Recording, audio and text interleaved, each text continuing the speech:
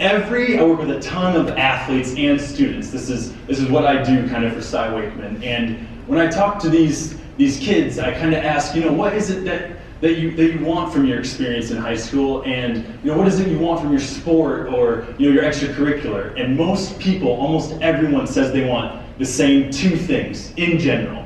They want the same two things. They want better results, and then they want to be happier and enjoy what they're doing.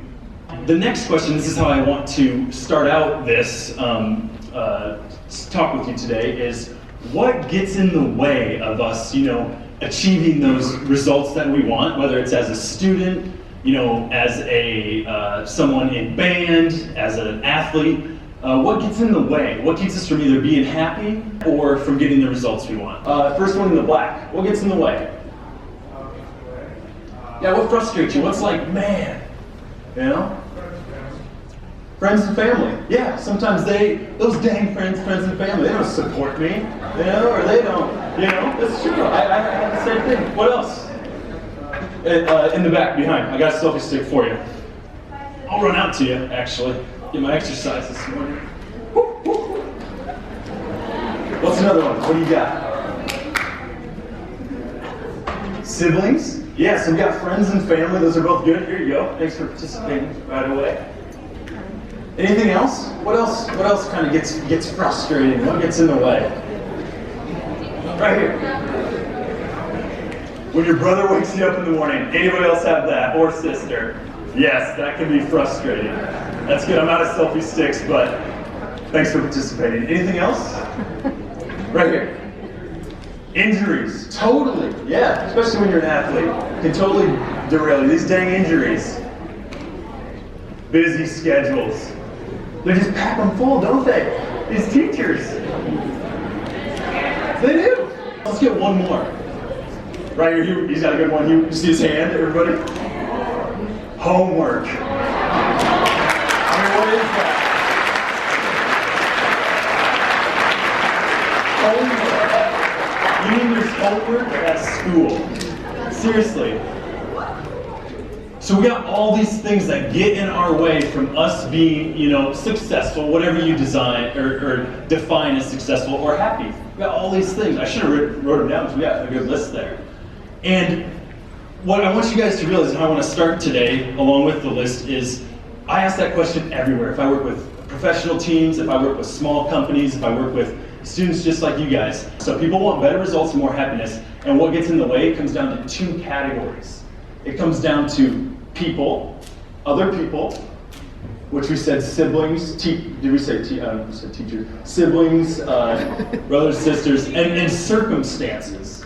Anybody heard that word, circumstances? So homework, getting up early. We had another one that was good.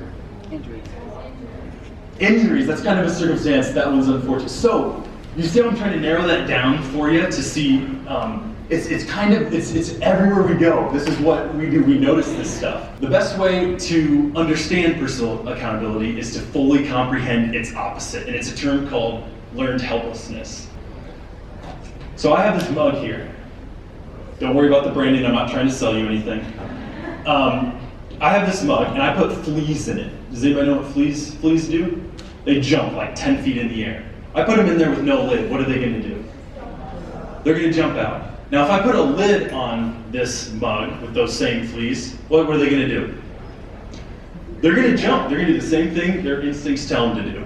They're going to jump as hard as they can and hit that lid. It's going to sound like popcorn if this is a tin lid.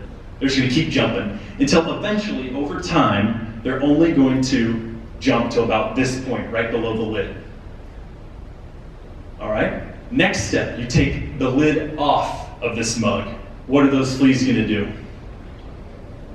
They won't. They will jump just to that point. They have learned that that lid is an obstacle that they cannot overcome. It is a barrier that they just can't get around. So much so that fleas are like, they fall in love. And then fleas, they have little flea offspring. They do. And those same fleas, they're capable. They can jump 10 feet in the air. Those fleas without the lid, even the offspring will only jump to that point right there. Are they capable? Yeah, but they don't even try to jump all the way out. So how many of us, taking that example, maybe fall into that? Where, you tried a skill one time, kind of ran into some obstacles, and then you're like, oh, I've never been good at math, so I just can't learn it. I can't get over that barrier, I can't jump out. Or, one skill, you try to learn one skill in your sport, and you just can't get over it. You messed up, someone laughed at you a little bit trying to do that skill, then you never tried it again. You're too embarrassed. You think whatever you do, you think your actions have no impact on the outcomes. That's learned helplessness. And that is the opposite of personal accountability, and it cannot coexist with personal accountability.